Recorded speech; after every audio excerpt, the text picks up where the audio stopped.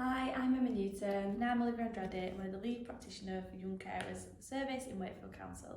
We're going to talk to you about the offer for young carers in Wakefield and help you think young carer when working with service users and the wider family. So a young carer is someone under 18 who provides care for another person. They may carry out significant or substantial caring tasks, often on a regular basis, and they take on a level of responsibility that would usually be associated with an adult. A young carer is anyone under 18 whose life is restricted in some sort of way as a result of their care responsibility for someone. This may be someone with disability, physical disability, mental illness, or is affected with alcohol or substance misuse. The average age for young carers is 12, although they can be as young as 5 years old. We know that in primary schools there may be 1 in 8 children who have a caring task responsibility at home, and within secondary school it can be as high as 1 in 5. Young carers are more likely to come from BAME communities, and we also know that young carers miss out on a lot of education and they leave school with lower attainment levels at GCSE. In addition, young carers are more likely to be not in education, employment or training between the ages of 16 and 18. Not all children with disabilities or ill relatives will actually be young carers, but some families do have the adequate support in place.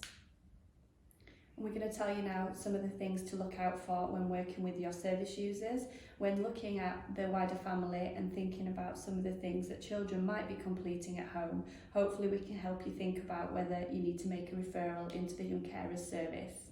Some indicators that practitioners might pick up on are practical tasks such as cooking, cleaning, taking a younger sibling to school, physical care like helping someone out of bed, giving them the pills, and emotional support as well for caring either for a younger sibling or talking to someone who is a little bit distressed. That's really important to point out where there might be mental health issues with a parent or sibling. Often they might be giving hugs, comforting them when they're really worried or anxious or depressed. And it's not only physical or practical tasks that make someone a young carer. In addition, they might be managing things in the home like family budgets, going to supermarkets and doing the regular shop, or helping collect prescriptions, going to the pharmacy and collecting and administering medication. They might also be helping someone in the family to communicate with hospital or doctor's appointments, particularly where there's multiple languages in that family home. They might also be helping look after brothers and sisters, helping them complete homework, or taking them to visits or taking them to school on a morning.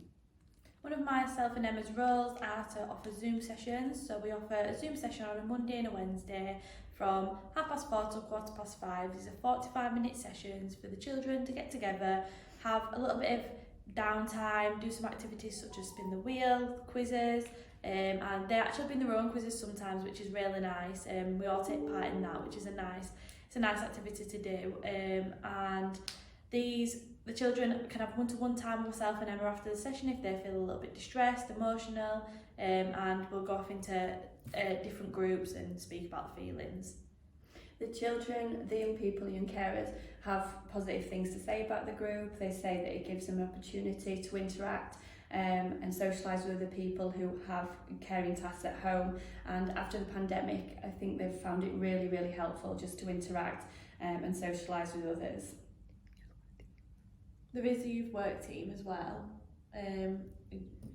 The youth work team deliver Zoom groups for children who are 11 to 16, and that takes place on a Wednesday at 5 o'clock until 6. The youth work team will also offer young carers a weekly phone check-in just to make sure things are going okay, and at 16 the youth work team will then signpost young carers over to Carers Wakefield and District. One of the many tasks we do as well is we do transition meetings for people that are going from year 6 to year 7, which is just nice to just put their mind to rest because it is quite a worrying time. It's obviously emotions are all over, so the children and the parents can go into school with the teachers, and myself and Emma have meetings and make that transition a little bit smoother. We also work in partnership with schools and other agencies that are working with the family, we're using the team around the school process, and we can make sure that schools are aware of the challenges for each family at home and make sure that the children are given the right support in school. We know that young carers often are late or miss days from school as a result of their caring role, so it's important that schools are aware who our young carers are, and we work in partnership throughout the task process. Another thing to add is we do send goodie packs around to the young carers, which is lovely because sometimes resources are a bit short, it's a bit hard to get hold of them, so it's nice for the young carers to come onto the sessions and have all their arts and crafts there with them. We are hoping to pilot some face-to-face groups for our young carers, so watch this space. We're hoping that can be piloted in some of our areas within Wakefield. This will give them an opportunity to finally meet each other and have some games and activities in a venue space. To access all of this support and have conversations with us about young carers and their families, you can contact either myself or Liv on youngcarers@wakefield.gov.uk. We will then call you or send you a nomination form which you can return to us, and we'll make sure that we're thinking about the young carers' needs and the wider family together.